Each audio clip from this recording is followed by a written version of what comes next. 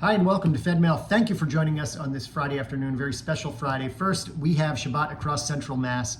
I'm so grateful, first of all, to Rena Slovin, who helped put this together as her brainchild, Mindy Hall, who worked on logistics, Rabbi Feldman, who suggested that it becomes a community-wide effort, and all of the host families and participants. Shabbat Shalom to all of you.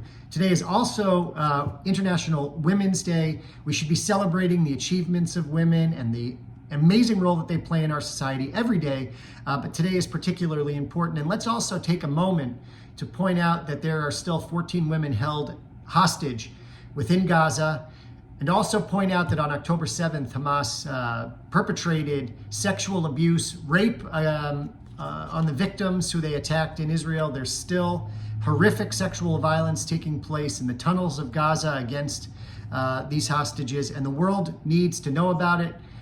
Those who are champions of women's rights should be using their platforms to talk about it, whether they're on Worcester City Council or senators or the President of the United States, Congress, whoever they are. We want to hear you talking about it. Being that it's International Women's Day, let's not let that go by.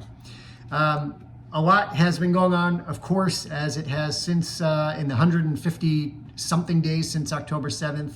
Hostage talks and ceasefire talks continue. Secretary of State Blinken reiterated today that the ball is in Hamas's court. Israel has said what needs to happen for a ceasefire to be in place. Hamas continues to come up with absolutely ridiculous extreme positions, in addition to not even being able to produce a list of those they still hold captive, which is entirely unacceptable. Not enough international pressure there on that either. We absolutely need to see something move there. Also, Israel this week released some initial findings from the inquiry into that terrible tragedy on February 29th when aid trucks were stampeded in Gaza. Shots were fired by the IDF. The IDF released information that shots were fired only at civilians who were coming towards the troops, not at those who were at the aid trucks, which is obviously important to note. The Security Council is reconvening based on the report of sexual violence on October 7th, so that's a welcome development. And all of this is happening, of course, under the shadow of continued gunfire, missile fire in the north of the country.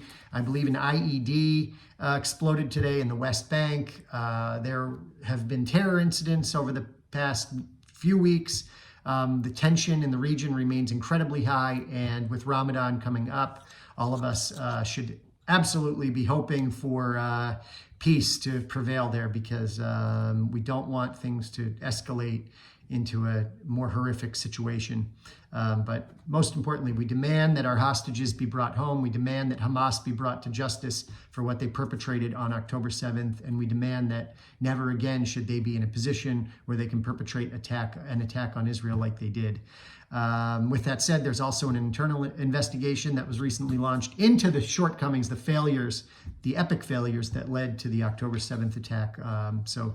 I'm eager to find out what happened that day. Coming up in our community, we have the testimony from a first responder, someone who was on the ground on October 7th, leading an elite unit as a commander of the IDF. That's happening at Worcester State University next Wednesday at 4 p.m. Incredibly important, because at Worcester State in particular, there have been 3 or 4 presentations since October that have been terrible anti-Israel programs, and this is an opportunity to, of course, be able to tell the truth, and Wednesday, 4 p.m. is the date for that. This weekend, there's Torah on Tap, always a great program.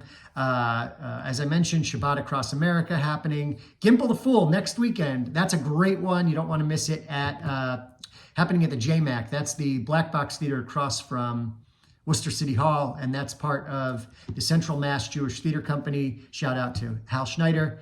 And Purim coming up on the 24th at Off the Rails. If you've gone in past years, you know it is just a wonderful time. Great way to celebrate Purim. And that's community-wide. All of our organizations, institutions are involved in it. I also want to thank all of you for responding to the email about the donations made to Israel. I think that is fantastic. What we have seen has been fantastic. You guys continue to just be extraordinarily generous, and I'm honored And I think it's just wonderful what you've done. So thank you. Again, Shabbat Shalom to you. Look forward to catching up next week. Take care. Be safe. Bye-bye.